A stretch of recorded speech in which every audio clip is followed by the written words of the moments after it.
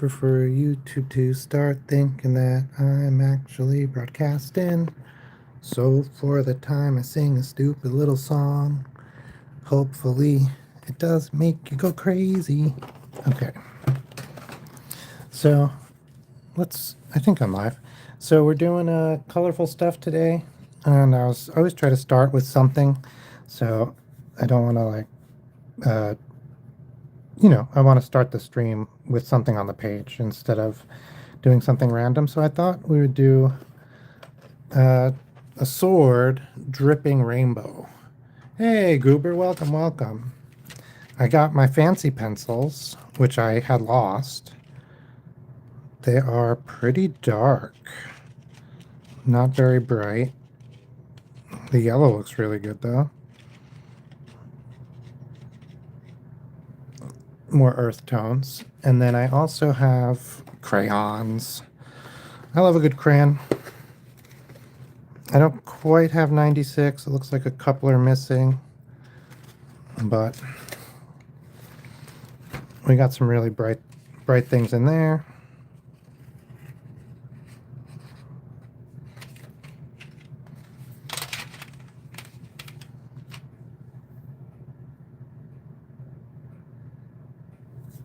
Yeah, let's do this a little bit more, and then I will do Mrs. Pac-Man from the like the arcade cabinet art.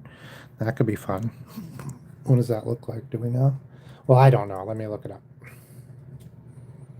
Mrs. Pac-Man arcade cabinet art. Yeah, I loved Mrs. Pac-Man. That was the one that was most in most stores by the time I was like old enough to really play video games and not just be stuck in front of a video game babysitter. So I've done this on like a parabola because I think that's how gravity works. So I don't know exactly how like liquid works, like the viscosity and all that, but I'm pretty sure like if this was dripping over time, it would, because that's downhill from the top, it would look something like this. You know, they figured out that Da Vinci had studied gravity in a way. He had Mrs. Pac-Man's art is so good. We'll do a version of that for sure. He had studied how sand falls, and so there's no cameras. Oh yeah, like a cheese pull. That's part of what I'm doing. I have some spaces in here. I think it will work. I've drawn some cheese pulls before, like for just cartoons where characters are eating or something like that. And I've always really liked it. I thought it would be hard, but I didn't, it wasn't terrible once I really got into it. And we need to figure out the drip. The drip is hard for me. So we'll say all of this is mostly, we'll have a little space here, and then it'll just kind of peter out here. Yeah. So I'm just going to like throw some more solid lines down. And then for the drips, I'm going to try to do just slightly bigger than the things they're falling off of. I feel like that's how really viscous things drip. I've not drawn a drip in at least a long time. I used to incorporate drips into a lot of my art.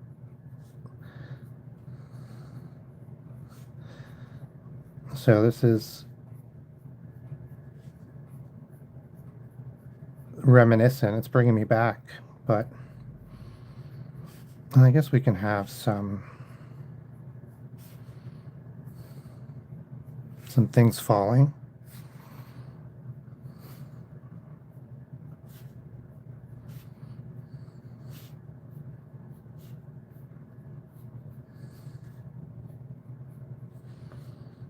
I don't know why I thought of this as rainbow.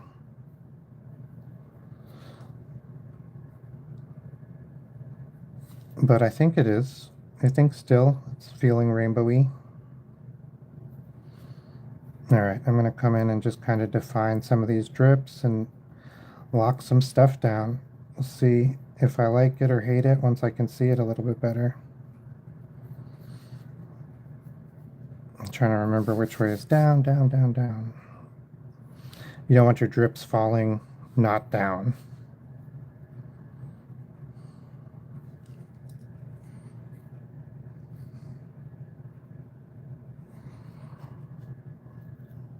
Yeah, so I think it's really interesting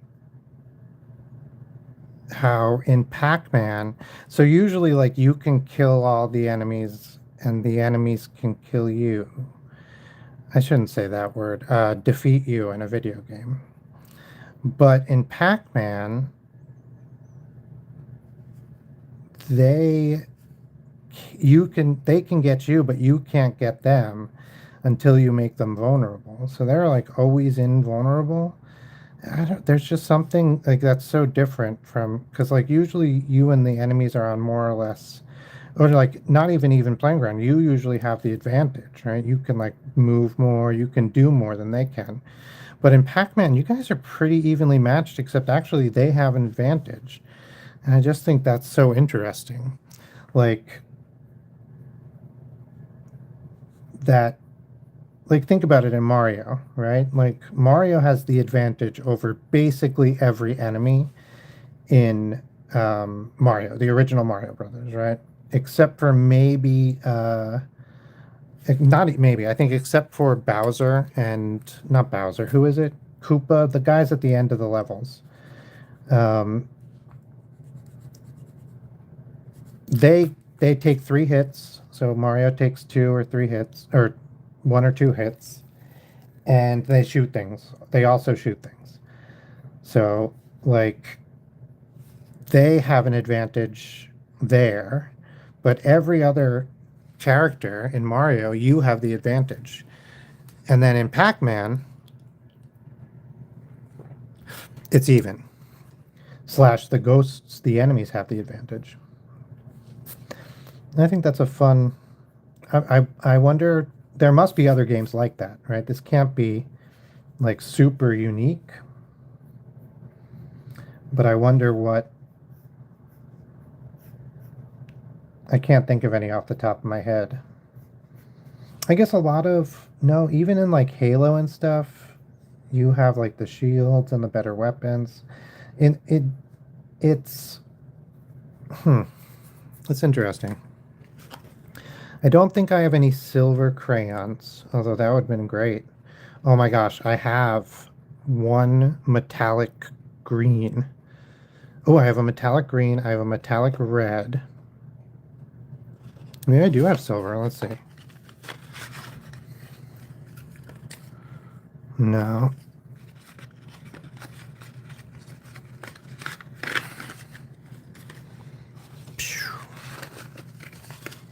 White.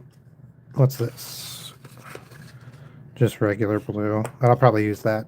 Blue and white. Empty. And this. Some sort of dark blue. Wait. This is metallic blue.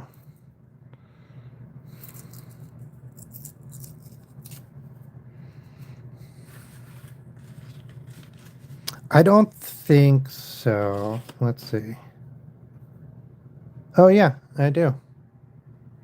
I thought this was newer than that, but I guess not. This is pretty old, but I thought it was more recent than... Oh my gosh, silver. I did have it. But we've combined, every time we get more crayons, we just stick them in here. So it's possible... I don't remember exactly when we bought these. What is my favorite crayon? I mean, I think metallic silver and metallic gold are way up there on my preferred crayons list.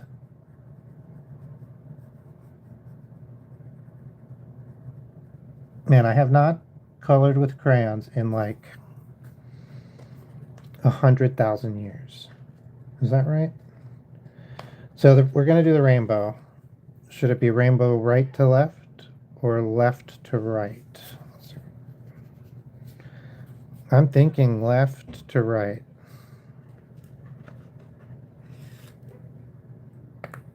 Red, orange, yellow. Do green.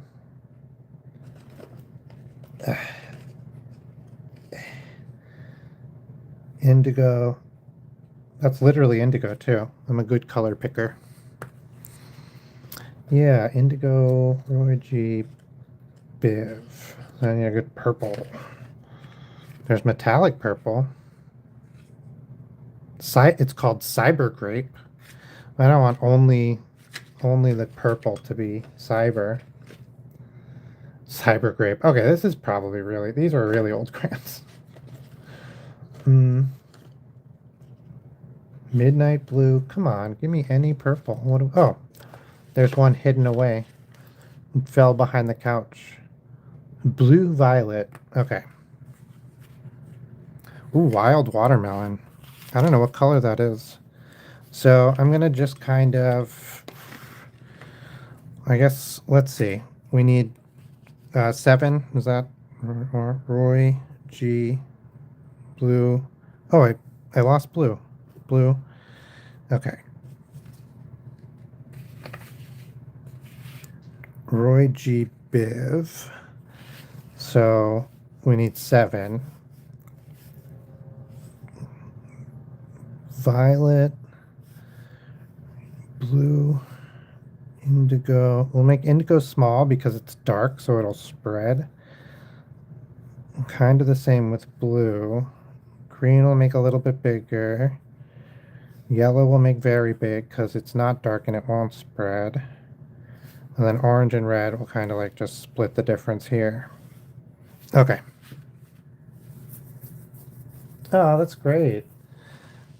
I've seen that there's that girl on YouTube who has like a whole room dedicated to dandelion crayon stuff. But they've re-released it. It's out again now, so it's neat. It's a great color, really beautiful. I remember I really liked brick red. That was when I was a kid, before I had any silver or gold metallic crayons.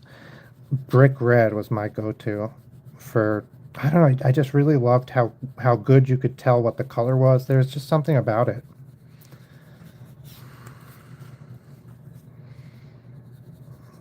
So let's hope I've chosen my... One thing about crayons, so you've seen me work in colored pencils, or if you've seen me work in colored pencils, you can often erase colored pencils in one way or another. But with crayons, once that wax goes down, unless you've prepared the surface, it's down. You're not getting that off the page.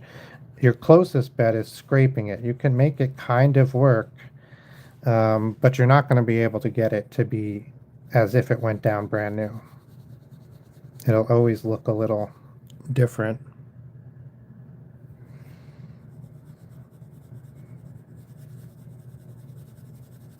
All right. Yeah, so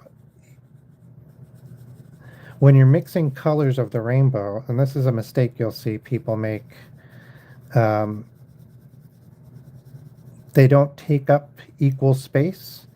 Like, if you want them to take up equal space once mixed, and to see like actual yellow and to see those colors, then you have to give them the appropriate space when you lay them down. We'll probably see it here because I probably didn't do a great job. We saw a rainbow yesterday. We saw a full sky rainbow. It went all the way around the sun. It was the biggest rainbow I've ever seen, even though we couldn't see all of it. Ooh, jungle green is good. And I like spring yellow. Or is it spring green, maybe? Okay, so now I've gotten the basics laid down. I'm going to do... well, I guess I should do the mixing. We'll bring a little bit of red into the orange. And we'll bring a little bit of orange into the red.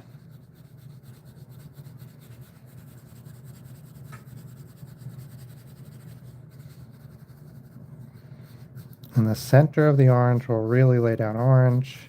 We'll bring a little bit of orange into the yellow. Vice versa. In the center of the yellow, we'll really lay down some yellow. A little bit of yellow into the green. You get it. Vice versa. Green into the blue. Oh, that's pretty. Oh, we'll get some green really right down in the middle. I forgot about that part on the green. Some blue. Is this blue? Yeah. Some blue into the green. Some blue into the violet. Some blue really heavy laid down.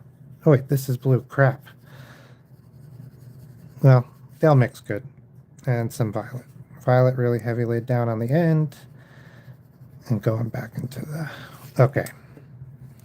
So I think let's just see what happens. If we start mixing these.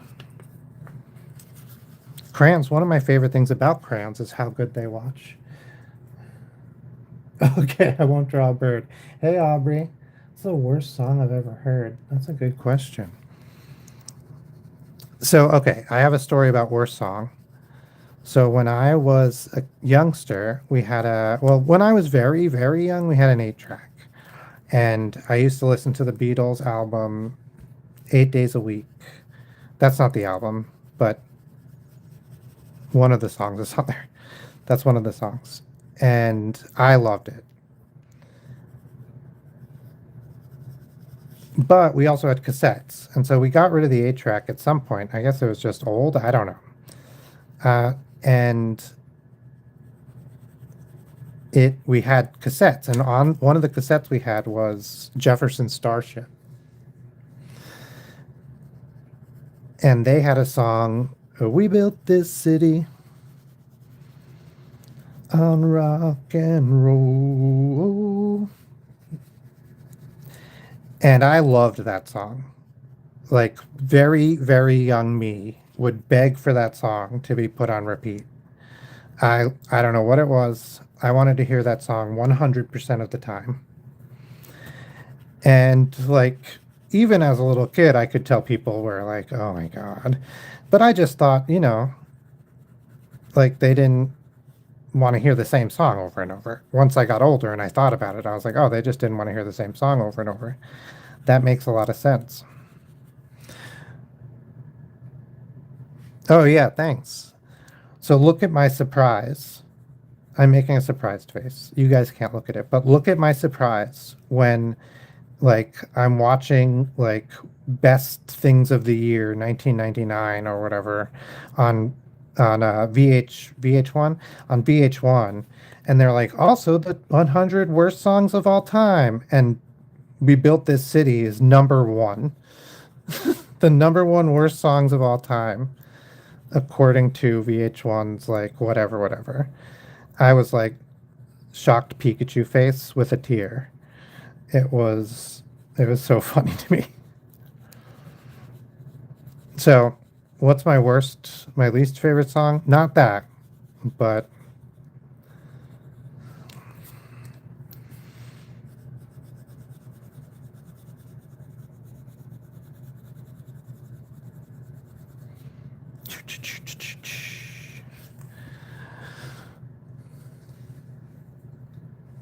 oh, Friends. I sometimes get into debates with people about Friends because, like, you gotta recognize that it can be very problematic. Um, so, like, if you love Friends, whatever, but, like, you can't love Friends uncritically. I think that's a dangerous.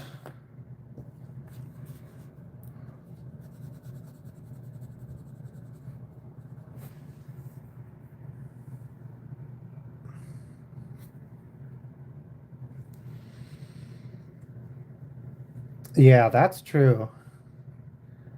All the shows that don't even last a season, that's pretty nuts. There are way too many bad TV shows. It's really bad. Yeah, I don't think, well, especially with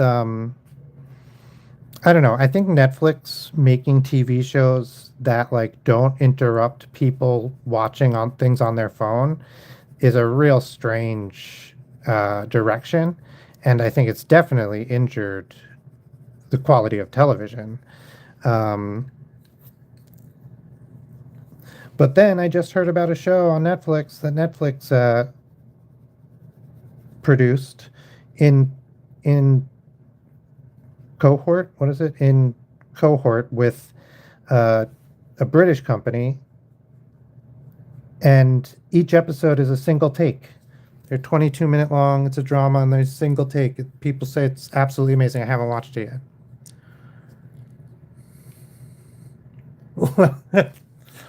Yeah, yeah. There's some shows like that, man, that like that go on TV all the time, or like you can put on reruns on cable, and I'm just like, no. I remember I used to go to my buddy's house, and he lived with a guy, and they always had gosh, what show was it? I'm gonna add a little darker green just in here. Um,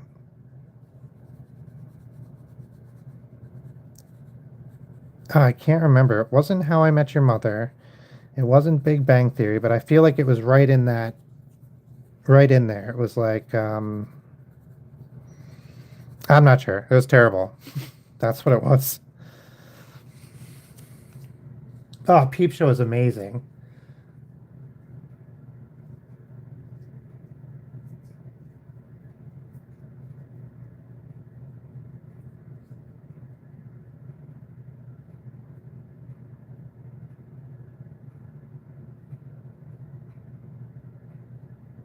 No, Peep Show with not Peep, uh, Mitchell and Webb. Really good. I talk about it. I was actually just thinking if I should rewatch that. That's that's right, right? I'm not. No, that's right. That's right.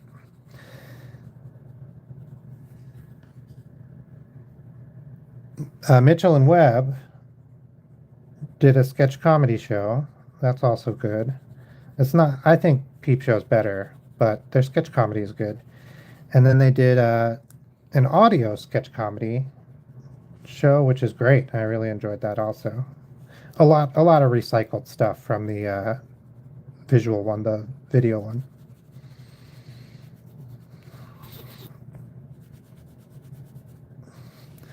This is pretty good. I think we need to work on just up here a little.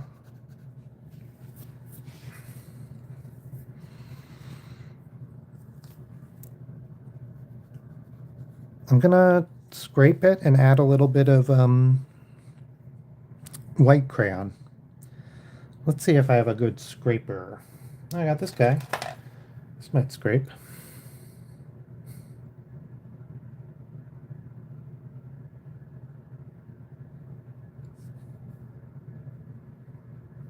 Oh my god. A lot of old Hanna-Barbera cartoons are miserable.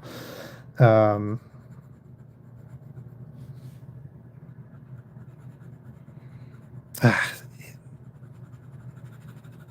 there's so many of that time frame that are like hard to love.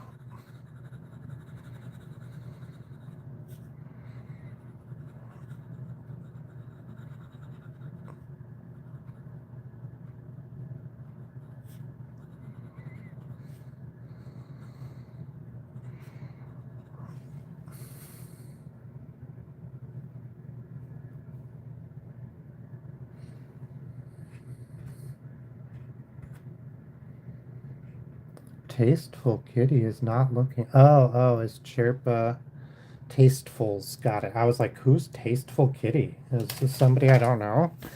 Um, we have a Mrs. Pac-Man from Pac-Man amount of drawing to do before I draw Chirp. Okay.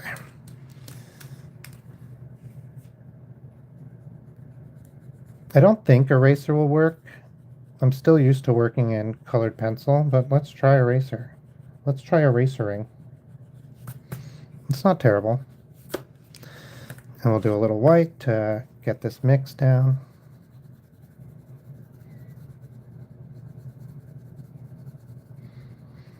Ah, man, I haven't worked in crayons in forever. This was nice, though. Let's just keep going with this white.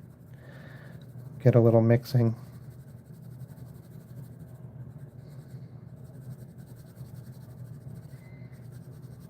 I used to, instead of white, I had a clear crayon that I made from, I guess, just beeswax or paraffin. I don't remember. That I would use to color mix when I was a kid. Man, I was actually super into crayons when I was a kid. I hadn't really thought about that. Oh my gosh. Yeah, I loved Kids in the Hall. Really good. Strangers with Candy. I remember people talking about it. I might have went back and watched it. I do a lot of that, but I don't have any direct memory of Strangers with Candy. Is that American though, or nah? Because I have a vague memory of somebody from my school saying they were on a show.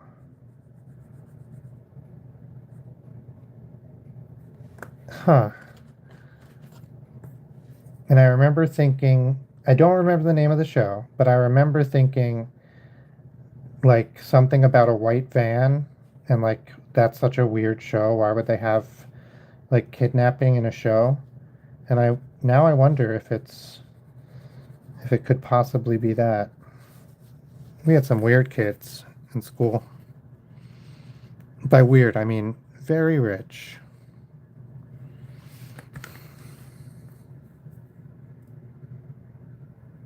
Okay.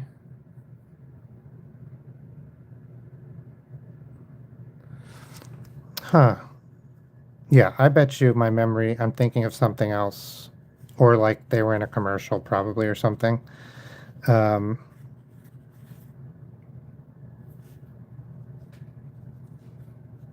oh, it's Colbert though? I watched a lot of Colbert's sketch comedy with Mr. Merkin, and that's what I remember the most, Mr. Merkin. So I wonder if it's that. I wonder if I have watched it.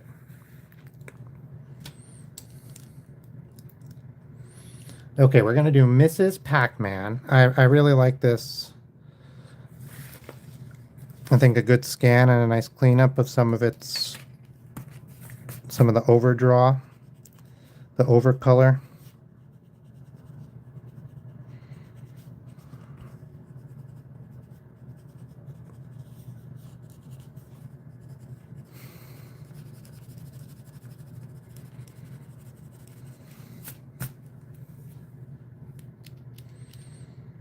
Okay, yeah.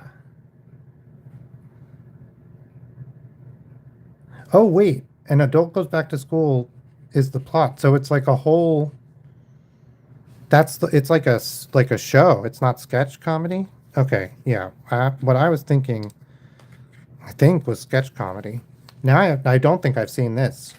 Now I have to watch it because what if I think his name is Rory. I don't know. There was a kid who I think was named Rory, but he changed his name like 3 times in school, and so like I don't know what this kid's name was. Also, like I was really creeped out by him. I don't know if I should tell this story.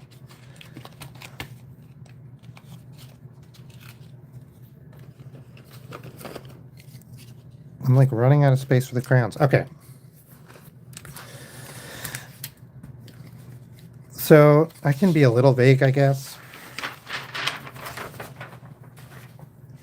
Well, there was a girl who had been missing in my school. She was missing for a few weeks.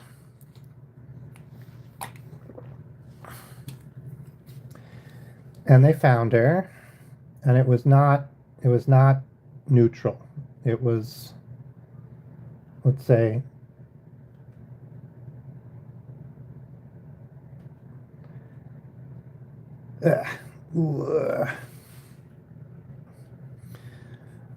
okay, Mrs. Pac-Man, based on the arcade cabinet. And this kid that I'm remembering, like, was always openly. So I, like, all right, never mind. Mrs. Pac-Man, let's go. Um, I'm not going to draw the drawing that's on the arcade cabinet, but I'm going to draw the Mrs. Pac-Man that's on the arcade cabinet.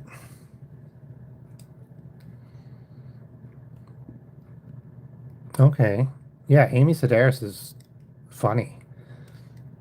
Yeah, I'm definitely going to watch this. I've been looking for a show that I can just like binge that's not super. I don't know. I've not been feeling any of my normal Christmas binges.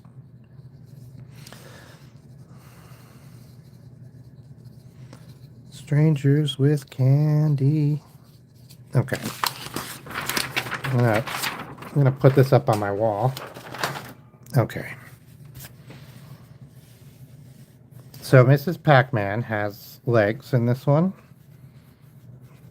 You remember Mr. Pac-Man from yesterday just had like, this was just him. Blah. So Mrs. Pac-Man has legs. Yeah, I'm like genuinely excited to watch. And she even has knees. She's got real. Oh yeah, because like she's a girl, so she has to have legs, right, guys? Oh my gosh. Okay, and she has pumps. Oh, they're heels. They're heels.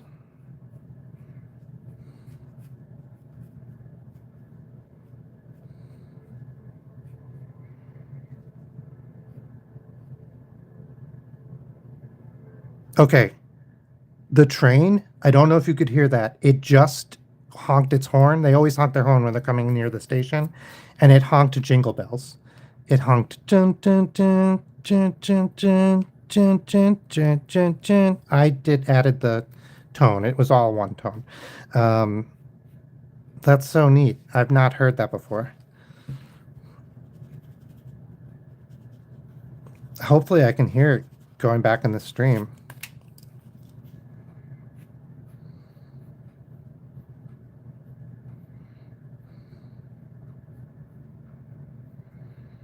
Okay, Mrs. Pack Heels.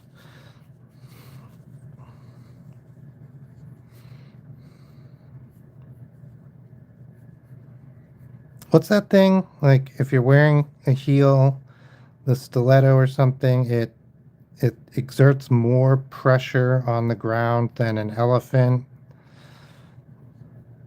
standing on a pencil or something. I can't remember. There's some crazy statistic about how much pressure heels put on the ground, and like there's a lot of things like engineers and stuff have to accommodate for and think about if heels are going to be around, like are going to be used on a pavement or a structure.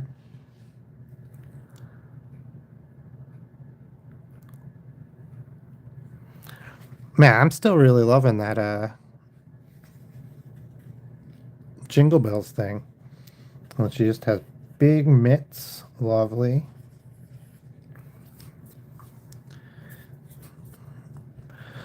A nice classic bow. How would you know? If it weren't for the bow and the legs, how would you know? This is Mrs. Pac-Man. Okay, lips.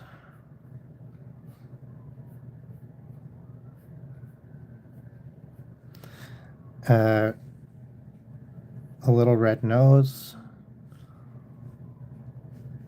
And eyes. She kind of reminds me of a 30s cartoon, and I think that's sort of intentional.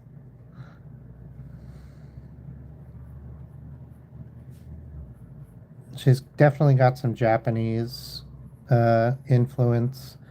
I don't know if the arcade cabinet art was Japanese. Often it was, but at certain times in like arcade video game history, like things that were released in America were, or worldwide even, were done by the American office.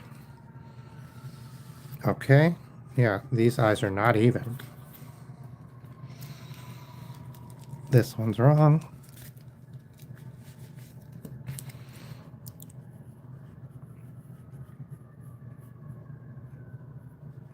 It's like, so the original NES like looks so different from the Famicom, which it's the same.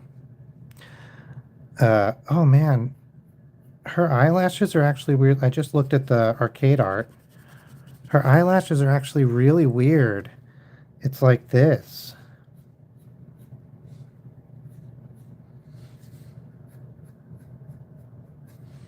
They're all from like the side of the eye.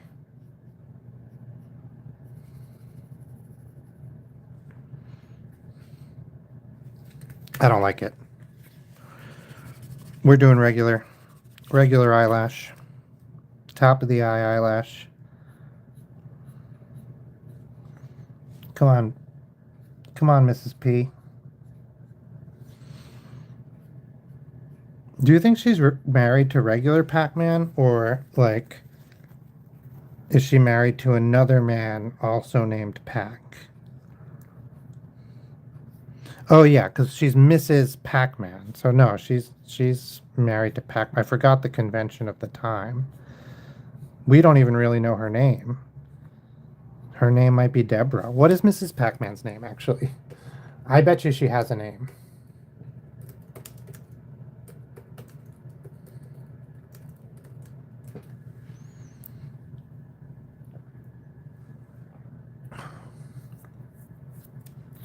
The internet says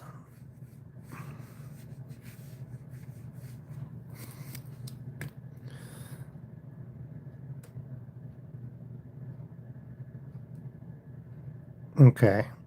They're saying originally she was Miss Pac-Man.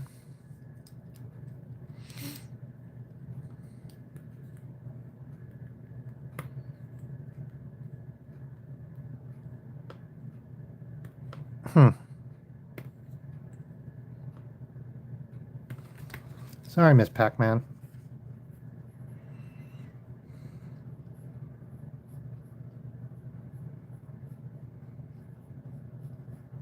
Giant mitts.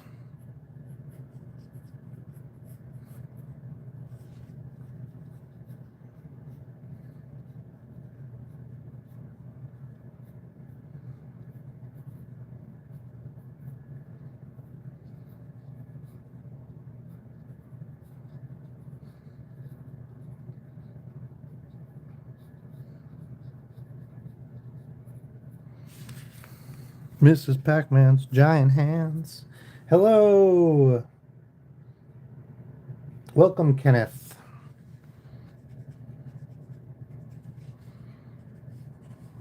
We're doing Mrs. Pac-Man as she appeared. Miss Pac-Man as she appeared on the arcade cabinet art.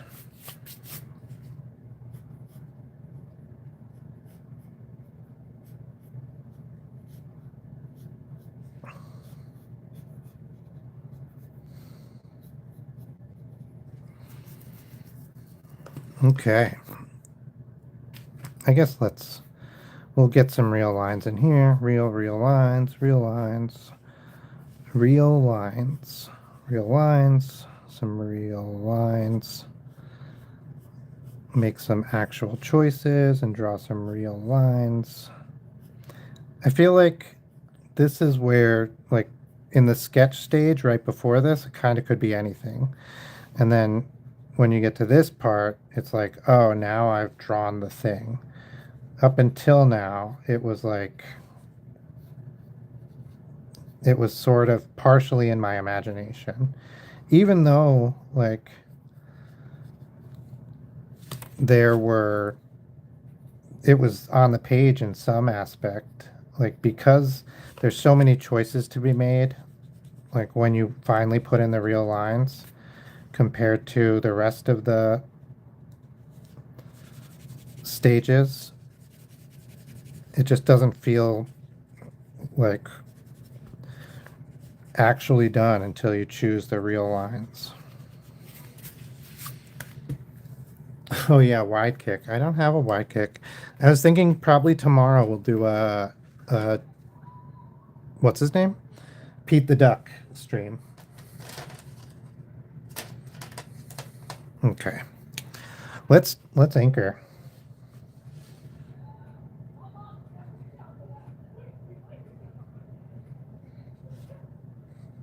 Man, people be so loud lately. Well, I'm sure in January I'll be like, man, I wish there was people. It's so quiet and cold.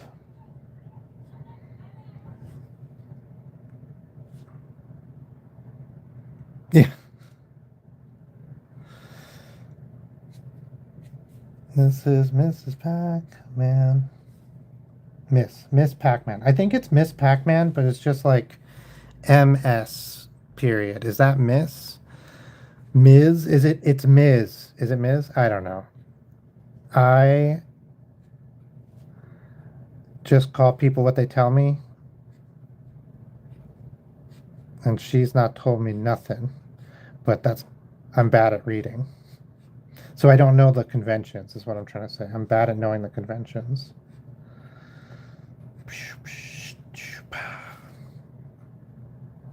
Oompa. Oh man, Oompa Loompa again.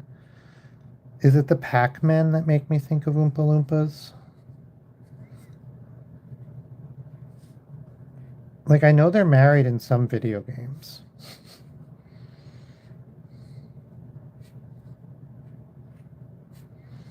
I think Miss Pac-Man was the more popular Pac-Man game by quite a bit. Okay, that's what I thought.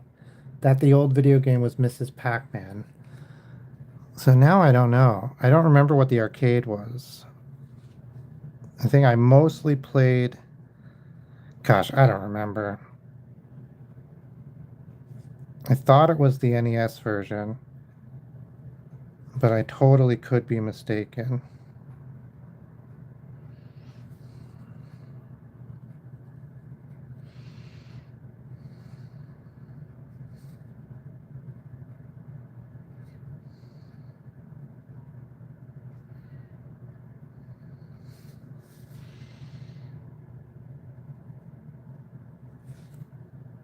Yeah. Ooh, we can use the new pencils. The lost and then found pencils. I think I literally used these pencils once and then lost them. And then we found them when we moved, so I packed them away and just found them and unpacked them.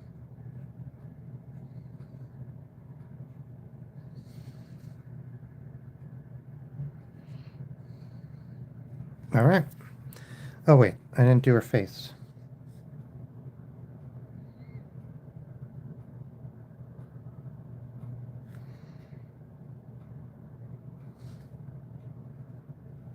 Faces are always make me nervous because it's so easy to mess up.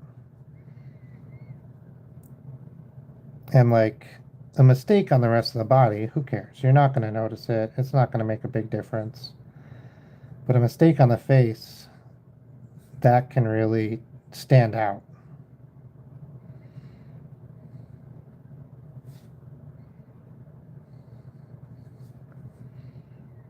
I think we'll leave that for color alone. I should really be using a thinner pen for this, but I didn't. Okay. And we'll also do the nose later by just color alone. So I think that's everything. Let's get the eyes colored in, the pupils.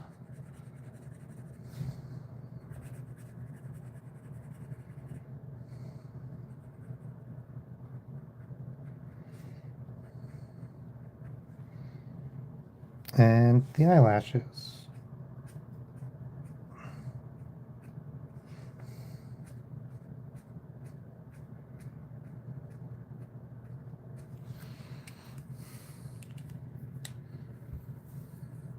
Yeah, okay. Yeah, I totally believe it. I feel like that was the culture of the time. Like I'm joking, but I'm not at all. So like they said they changed it to Ms., right? Which is that's Ms. So then you can't actually speculate on her marital status. That's like the point of that one to like to so it didn't tie a woman's identity to whether or not she was married, which is cool. I don't that's fine, right? Like it's weird that someone's legal identity would be, are you married or not? Okay, we lost some parts. This happens a lot where I miss some things. Okay.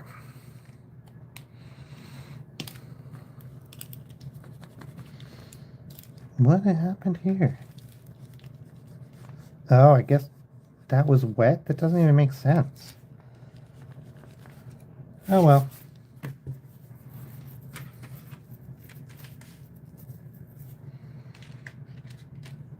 These are Prismacolor. They are much lighter. I think it's a nicer wood.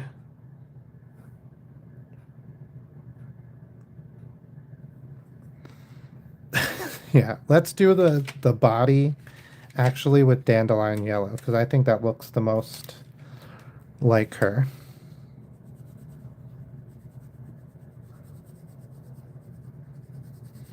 Oh, wait. We have to do the red of her cheeks. Hey, Ringo Starr. Yeah, this is Ms. Pac-Man had legs, and this is from the original arcade art. Um, we're gonna use this red. I don't even care what it looks like. It's called Razzmatazz. So here we go. We gotta get her red rosy cheeks.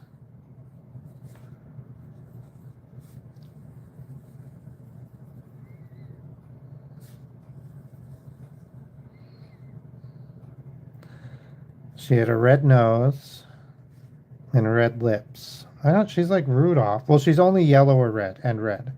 So that was to save money on printing, probably.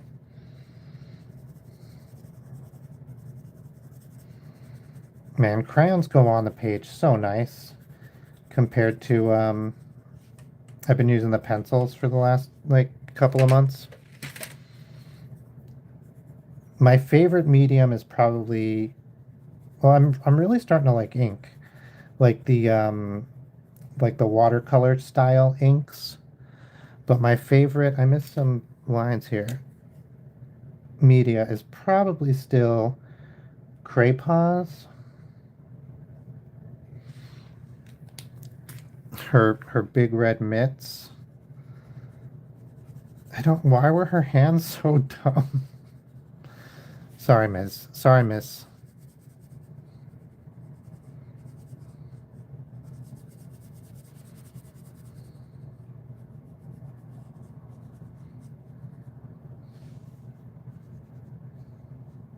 This Razzmatazz, great color, great color.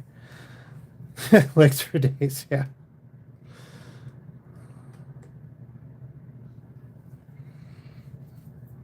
Oh man, that's funny. Yeah, just a yellow dot with legs.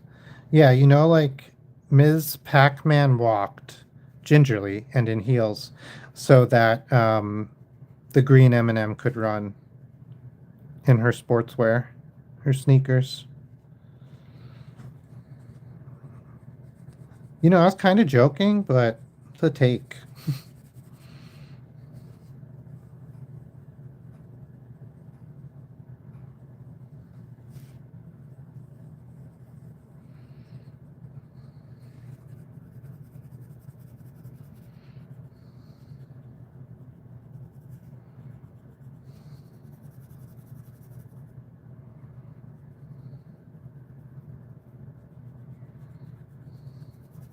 One thing I like about the crayons is it's direction agnostic.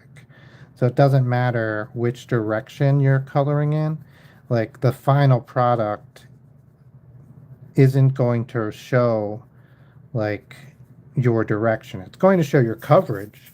So if you're drawing up and down and you're spacing out the lines a little bit, it's going to show that, and people are going to be like, well, yeah, he drew up and down. He wasn't going. Um, but if you're doing full coverage and you're going up and down, you can't see that you were going up and down when you did that full coverage. I mean, maybe you could a little bit from like it not technically being full coverage, but more or less it's direction agnostic. And I feel like a lot of colored pencils, unless you're like going super, super duper saturated, are not. You can always tell and paint. A lot of paint is not either. You have like brush strokes and stuff like that. But crayons, because it's just like a big waxy blob. There's no brush. You're not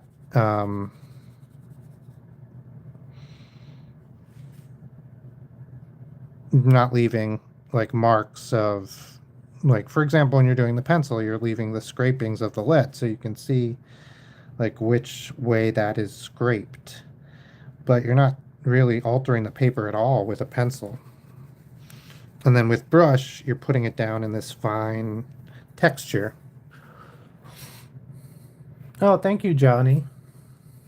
Johnny Caudle. I'll do.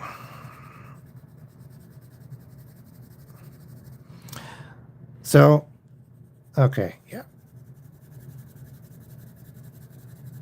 Her whole eyes. I might leave her pupils on the artwork. I mean, the whites of her eyes. On the artwork, they did not. On the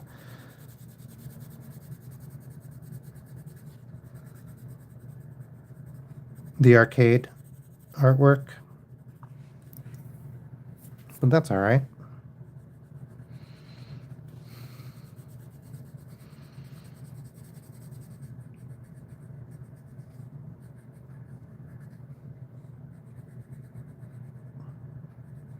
Oh, we'll leave her teeth too.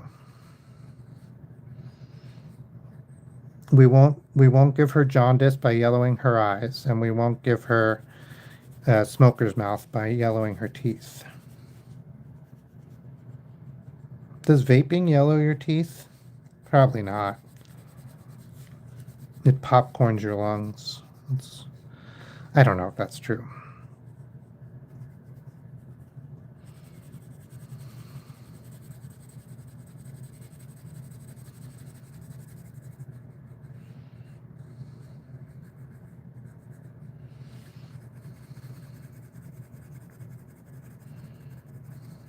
All right, I'm getting some direction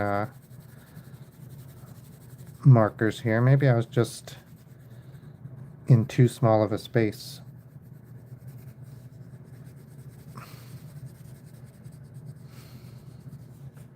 Or using too dark of a crayon.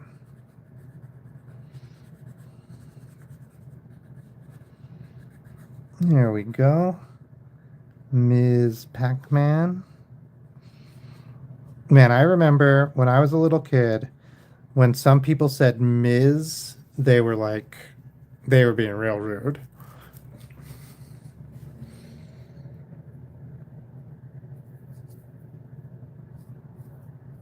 Oh man, I gave her an extra finger.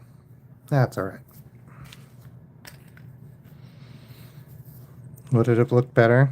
Oh yeah. Just imagine I did that.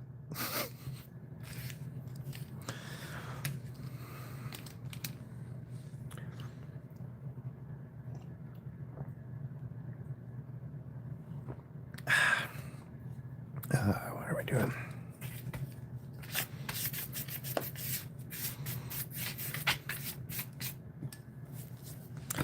Let's see.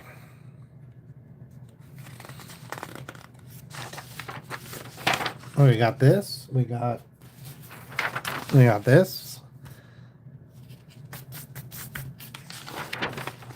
Time for something else colorful. What did Hot Fud suggest?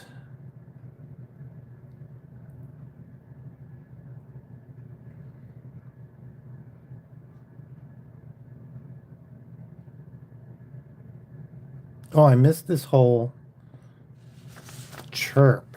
Chirp from Peep Show. I don't remember that character.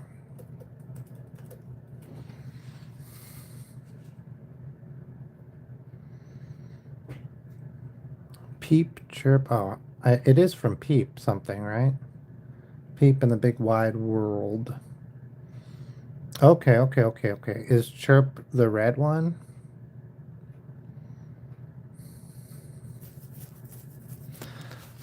If Chirp, these guys are real simple, so it might be fun. It might be hard, and I might end up regretting it, but it might be fun to try to draw him without a sketch first. I don't know if I should. Okay. I mean, I shouldn't. What do you have to draw first? What's the most forward thing about Chirp? His eye. His left eye. Okay. That's Chirp's most forward thing. His second most forward thing is his beak.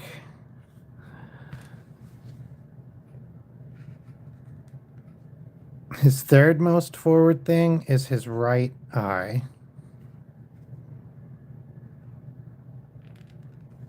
Okay. That, I think, is all we have to worry about.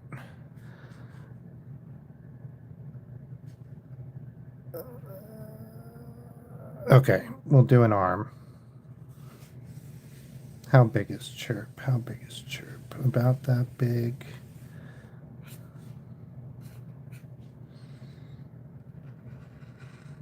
Too big. Not round enough. All right, we're switching back to pencil. I can do it better when I'm practiced at the character. I think it's funny because it's mostly just I'm more comfortable working with pencil than I am with the marker. I don't get a lot of practice with the markers.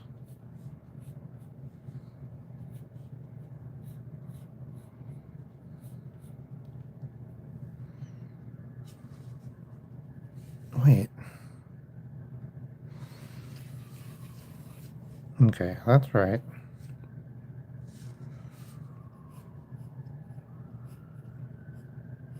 Okay, there you are, Chirp. What are we doing?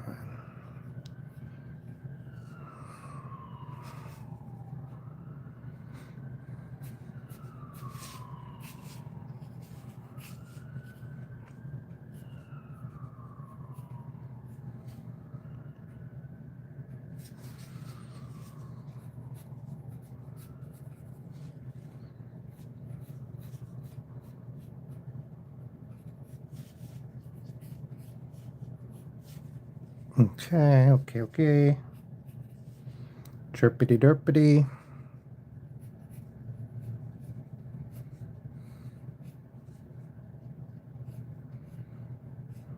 I want to make him look happy. I think that's good. I think this looks like Chirp.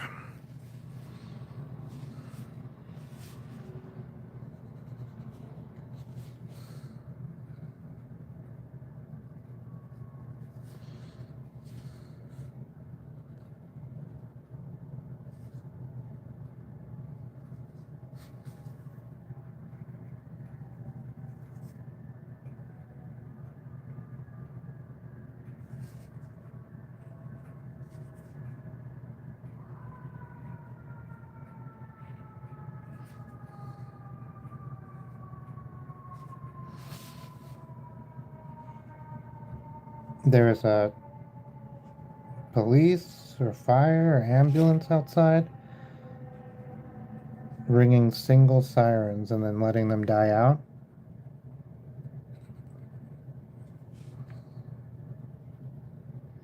Which makes you go like, oh yeah, they're still making a lot of the, like, at least that one is making its sirens mechanically, because you can't do that with the electronic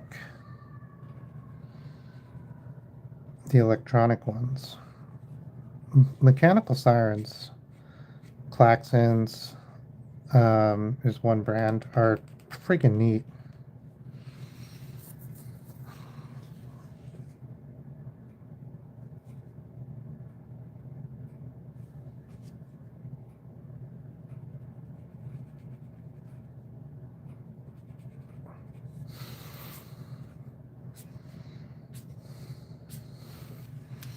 Because, so while this dries, so a mechanical siren, it's like a plate, and then the plate has some bits on it and is loosely connected to, sometimes it's just the shape of the plate, but there's either some bits on it or the shape of it, and it is loosely connected to this rod so that it can freely, no, it can't freely spin, but so it can like bounce around. And then you have another plate underneath it that is going to interact with this plate and make it bounce around, right? And sometimes it's like this. You have the thing, and then there's like just a notch. So it's like that, and then it like drops down here, and there's just a notch, and then hitting that notch makes it vibrate. And then like the other one isn't a notch; it's like a sort of like a ratchet. So it's like stepped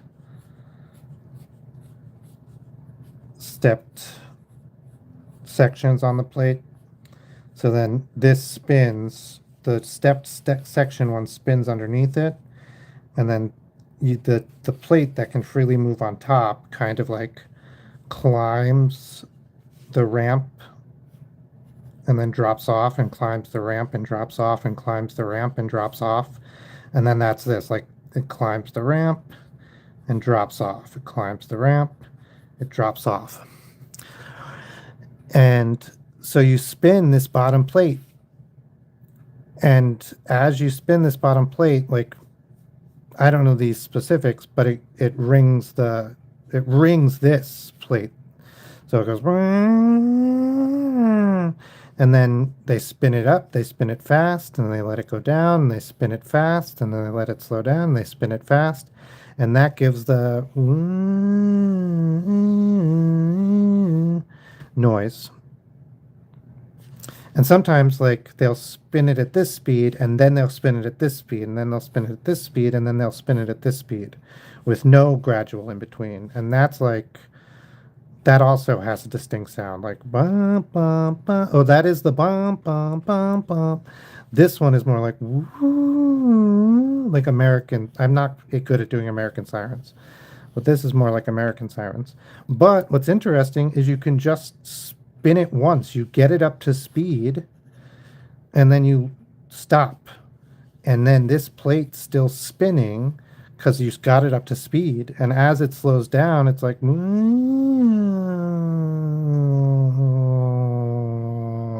it gets lower and lower and lower. So that's interesting. It's interesting to me. And that's how all those old tornado warnings and like Cold War bomb warnings and stuff, that's how they all worked. Or work, because they're still in use in a lot of places.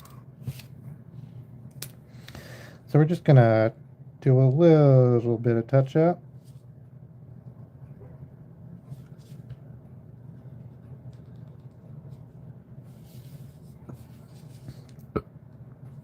All right. Okay. And now let's get him all red up. Let's do a different red. We've done razzmatazz, and we've done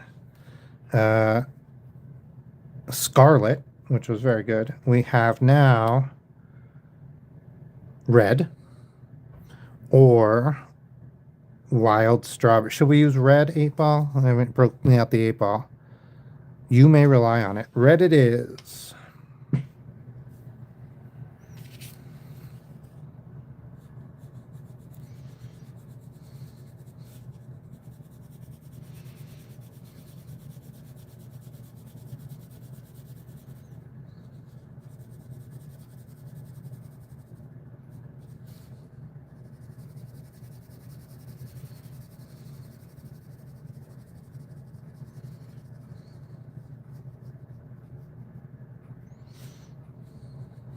He looks like he's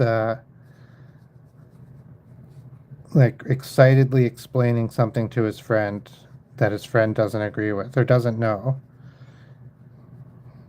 Like he just found out his friend thinks Darth Vader is the good guy in Star Wars. And he's like, "What do you mean you think he's the good guy?"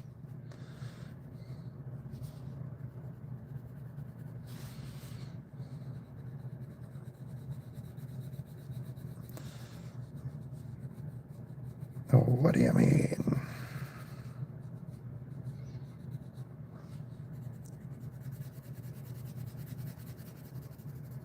Nice and red, red. Red, red, red, red.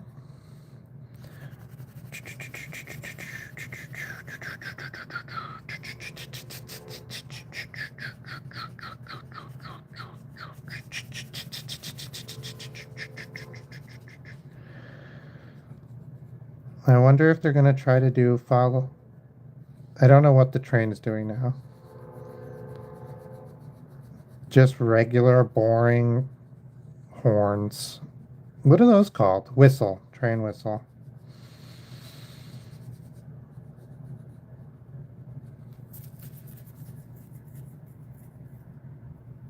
Oh, this is red.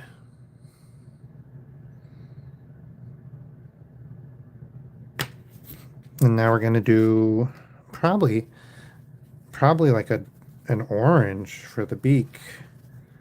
How about macaroni and cheese? Wait, or maybe yellow orange. It's probably yellow orange. Let's do yellow orange. Oh yeah, that's like exactly right. He's just Crayola red and Crayola yellow orange. And then pink.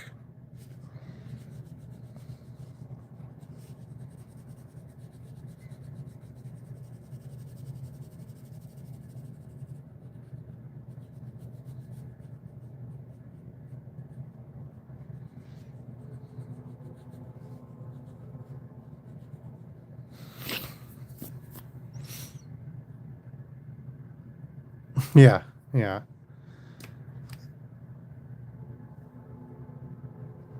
His eyelids, which you can't see in this, and his tongue are the same color. Let's do orchid. Hey, don't be rolling away from me. When crayons slide through, I always think of slip sliding away. Hey, you know the nearer your destination, the more you slip slide. Wait, is that Paul Simon? Oh man, I'm out of tea. Okay. So what would go with a rainbow sword?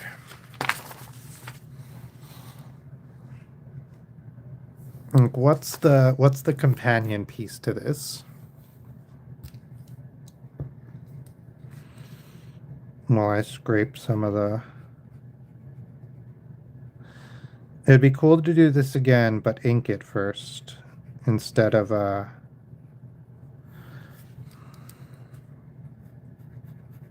leaving it pencil.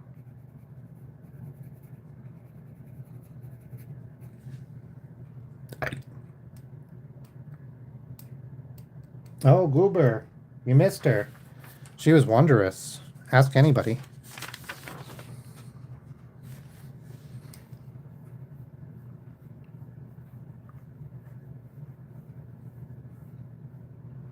Yeah, I'm with you. I'm trying to figure out teddy bear shield.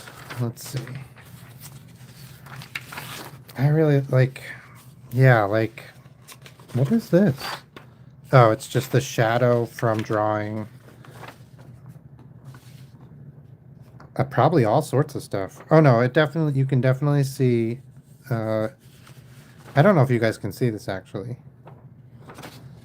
Cheeky. Gosh, I always run out of paper. Okay, well, you can see this paper's been out of the package for a while because it's got like it's absorbed some of the moisture in the air or lost some of the moisture in itself. And it has a bunch of like looks like a ocean. It looks like the beach after people have been walking on it for 1,000 years. A teddy bear shield. So there's a bunch of ways to do shields. I always think about this. But like I think for design, for graphics, especially if you're going to be covering up the texture, it's best to do like one of these guys. Because I feel like this shape reads as a shield basically no matter what. Whereas if you're going to do like a round shield, like if you're covering up this texture, this could be any circle, right? But if you're going to, you can always still add the, I don't know what this is called, felchum or something, where you hide your little hand behind it. And if you start adding in texture, you can add in like some wood texture. And now it can look much more like a shield. And then like an outer edge. And you get this outer edge, you get this middle fulcrum piece, fulcrum, I don't, not fulcrum, although it kind of looks like a fulcrum. And then you get the wood texture, the boards, like now this, what else could it be? It's a shield. But if you're going to cover this up with, say, in this instance, I want to try to make a, like a Steffi shield, then it just becomes a circle Steffi. And that doesn't check out. So when you're choosing shapes for things, like to illustrate, you kind of have to think about that too. Like what, and maybe that doesn't matter, right? Maybe you're going to, this is going to appear in a comic and that you're working on, and, or that somebody is working on, and they explain very clearly that this is a shield, and or they want it to be confusing visually or represent something else, or those are the two best reasons. And so you don't need to worry about conveying visually. It's not extremely important to convey visually that it's a shield. Or, you know, there's a story reason that it's a round shield, right? It's like from the Viking era or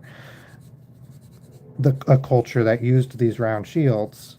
And so it's important that it is accurately this round shield. But if you're just doing it for yourself for a gag, like I am, or you're doing it for like a logo or an icon for, what are the logo, I guess, for a business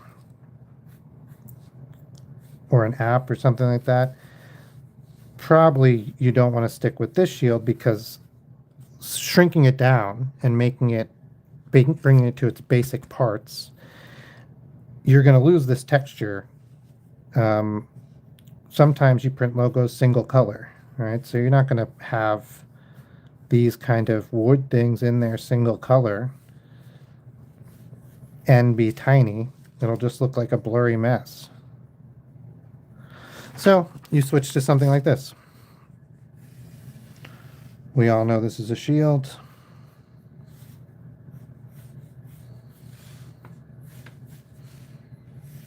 You can even herald it and put like some iconic things here. Very, very, very simple, but like a lion's head or something like that. And maybe some of this going on. All things that are good. These could just be dots. Right? These are all things that are going to stay no matter how small you make it or how simple you make it. Like, and people are still going to say, oh, a shield. Or some people are going to be like, oh, it's the head of a shovel. But you can't help. Like, some people are just like that. Okay, I had somebody that I used to bounce things off of. And I would be like, oh, did I do a good job on this? And let me tell you, they were always the person who was like, oh, it's the head of a shovel. So if you're finding that things that you think are amazing, the one person you bounce it off of is always telling you it's bad, bounce it off of two people. You shouldn't have a single person or even a single community that you show things to. Find a handful.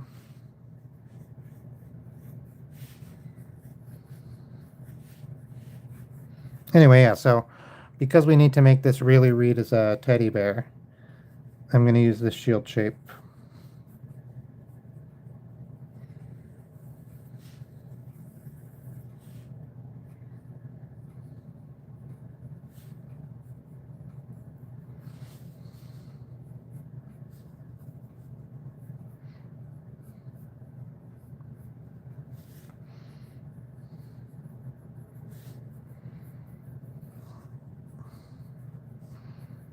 I would have thought that the round shield would better read as a teddy bear if I was just going to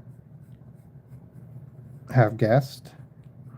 Like, without having to stay reading as a shield. I would have thought a circle would have read better. But I think this is very good.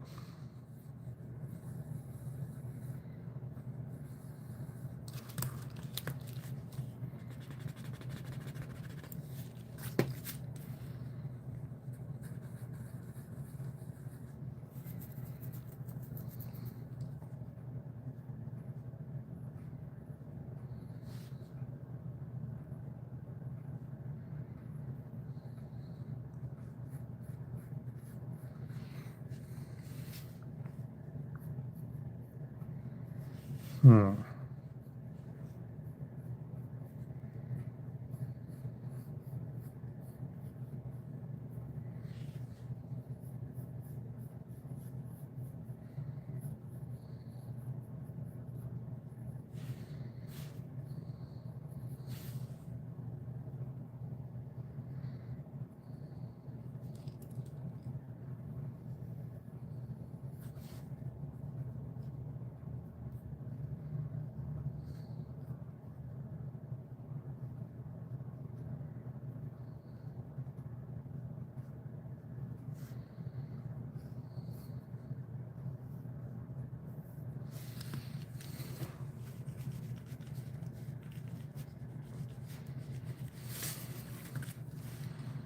I'm not.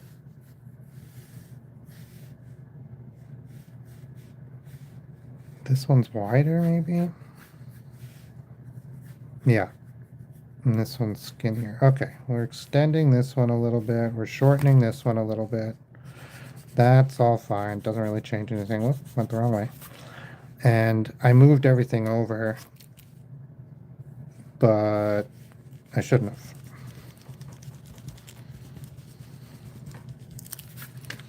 Because this is still the center.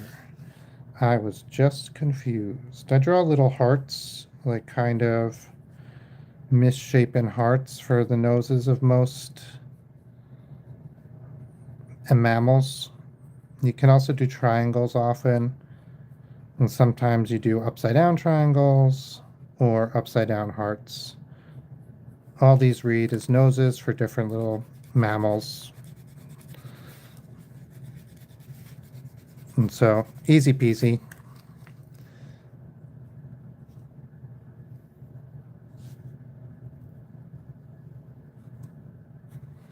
So now the trick is going to be to make it feel plushy.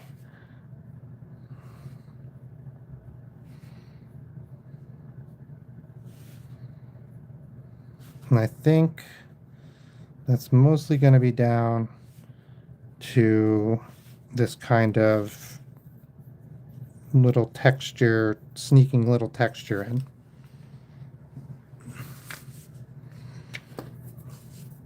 So that's going to be mostly the pen. Let's just do it. I'm nervous about this one, which feels silly. I don't think it's a fine liner one. I think we probably want to use this. This is a brush. No, this is a graphic. This is the graphic. It's a felt tip, but you can get very fine or pretty thick with it relatively easily. But I also have the PN, the plastic nib, which I really like. You can stay really fine with this much more easily. So I'm probably going to use this on some of these texture bits and this on the outline. Let's just do it.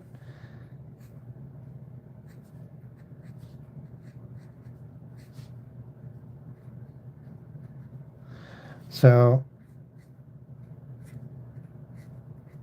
for me, I didn't really choose the outline. I am doing on the fly, but with guidance from the sketch. But I am not following the sketch on this. And that was the plan. For furry things, I don't know. This feels easier for me. I know lots of people who will barely do a sketch. Just someone's phone from the 1980s was ringing. Their futuristic 1980s phone. And just the parts of the drawing that they have a real problem with, or they anticipate having a problem with.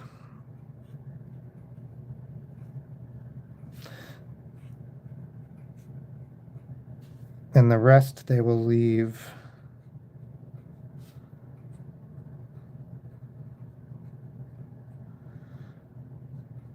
totally undone, and they will do it all with the pen.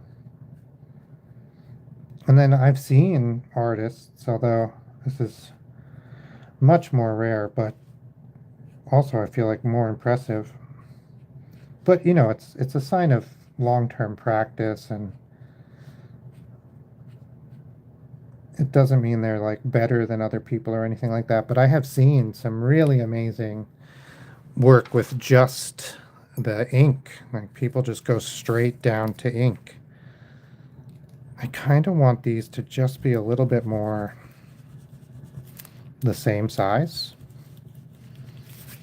So I'm just going to bust this guy out.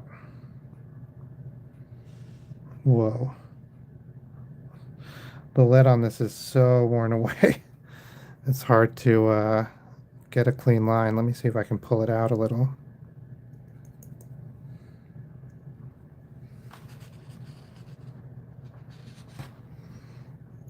Okay. I can't. I don't want to spend a ton of time on this. Now I'm feeling like I should have just left it. Ah, my secondary, my backup compass, of course. Why didn't I think of that? That's about right.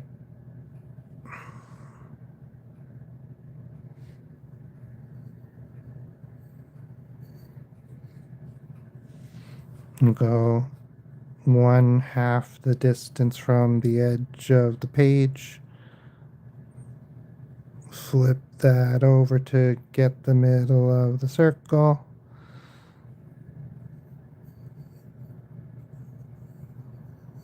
Okay. And then we're still going to draw, whoops, we're still going to draw it by hand. So it's not going to lose all of its charm.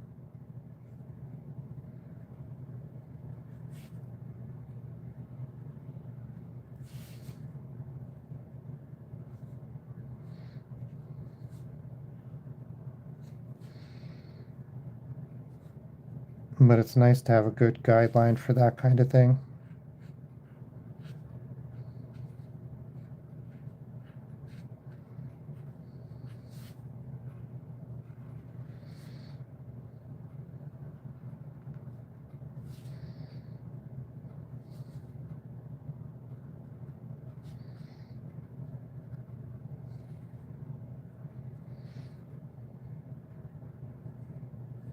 So I've left the hard edge of the shield just inside the ears.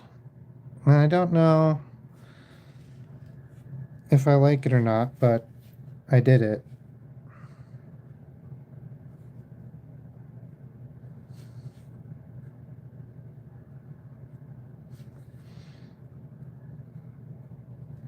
And then I decided to stay with the graphic pen because I think it's easier to get these like pull away, getting skinnier fur lines with it.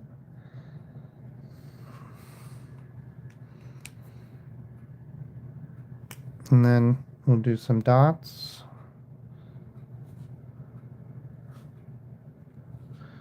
And we'll do some dots.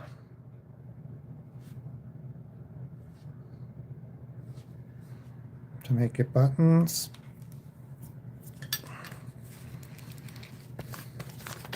Oh, shoot. Dang, gosh. Accidentally crumpled my masterpiece.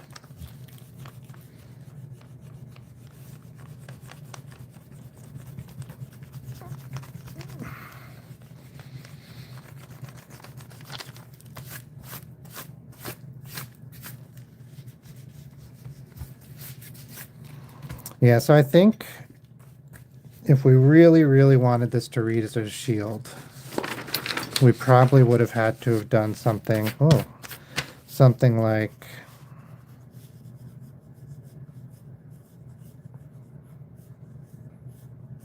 hang on.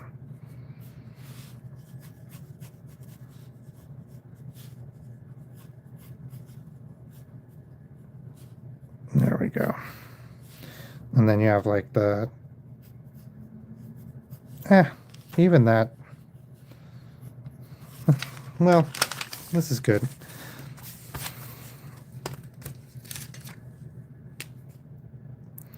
What we'll do is we will make these edges here that I left. We will make them shield. And we'll do the same in a couple of other places. Just there might be enough. Yep. We will take the silver and we will silver these.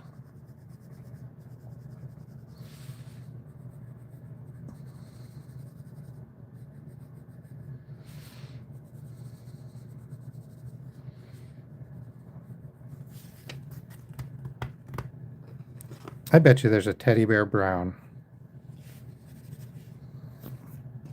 But, ooh, just brown. We have, I think I'm going to use chestnut. I think.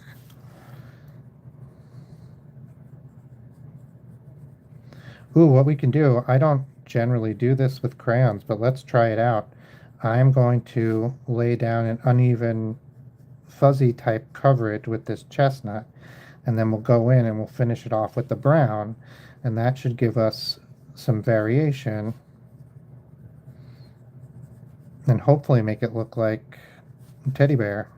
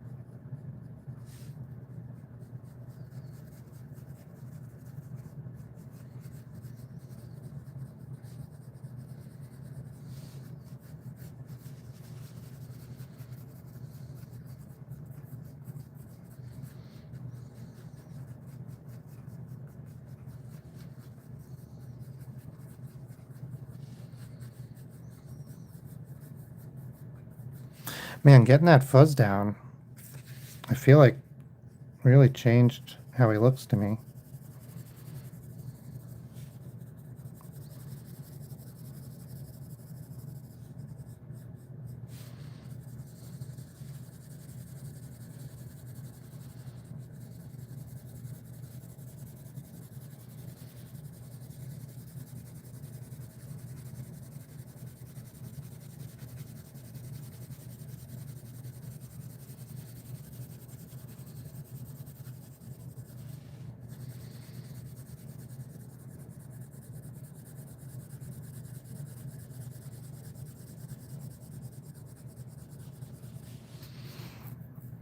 The effect's not super strong, but it's definitely there.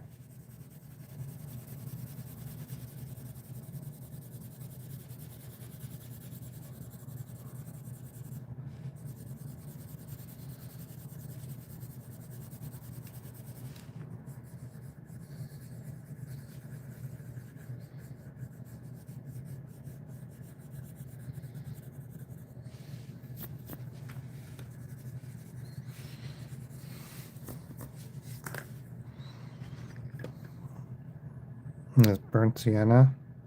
Asparagus. This is green? Oh, wow. It is green. I guess I just want not carnation pink. Oh, yeah, carnation pink. That works. For the ear holes.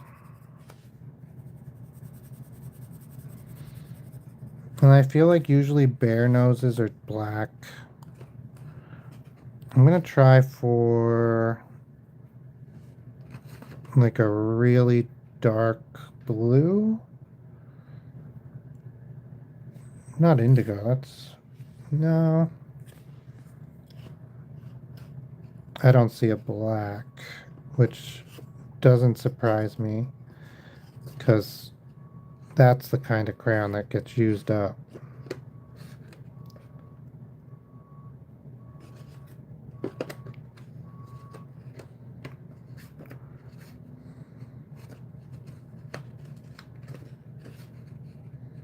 We have midnight blue. That's less dark than indigo. It looks like indigo is going to be our winner for darkest crayon. We can maybe get it against some yellow to make it even darker, or some orange rather to make it even darker. No, it doesn't mix very well. All right. I'm going to use that for the buttons.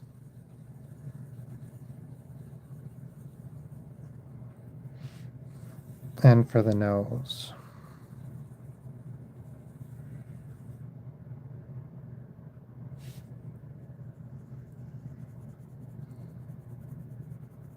Now we have a teddy bear shield.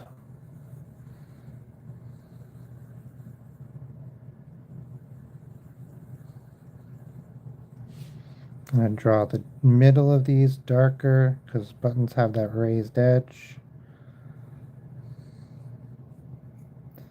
Maybe the very outside a little dark too.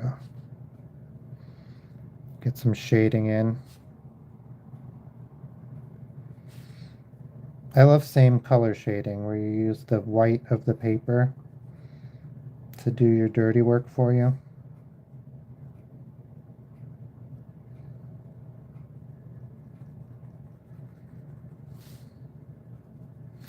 All right, we have a dark purple. Let's see what we get if we double down on those purples. We had a really dark purple somewhere. Here it is. Royal purple. How dark is that? Pretty dark. What do we get? Nah.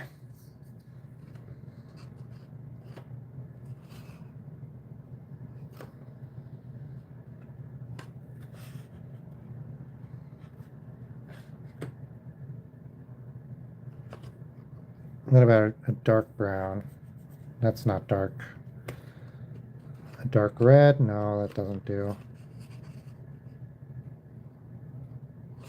Oh man, we have a straight violet and I missed it.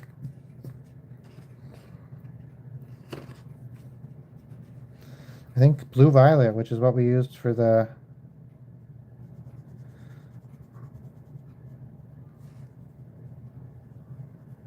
rainbow.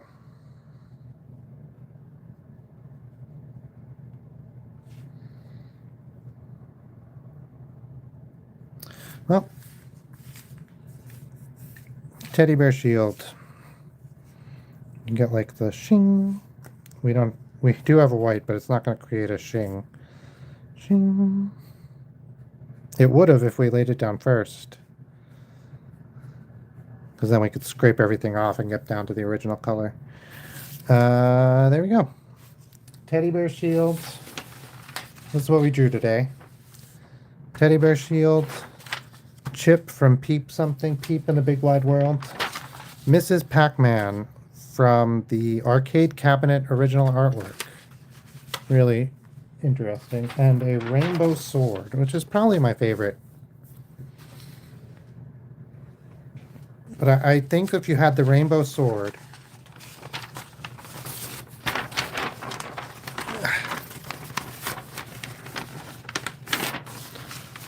and the teddy bear shield right next to each other,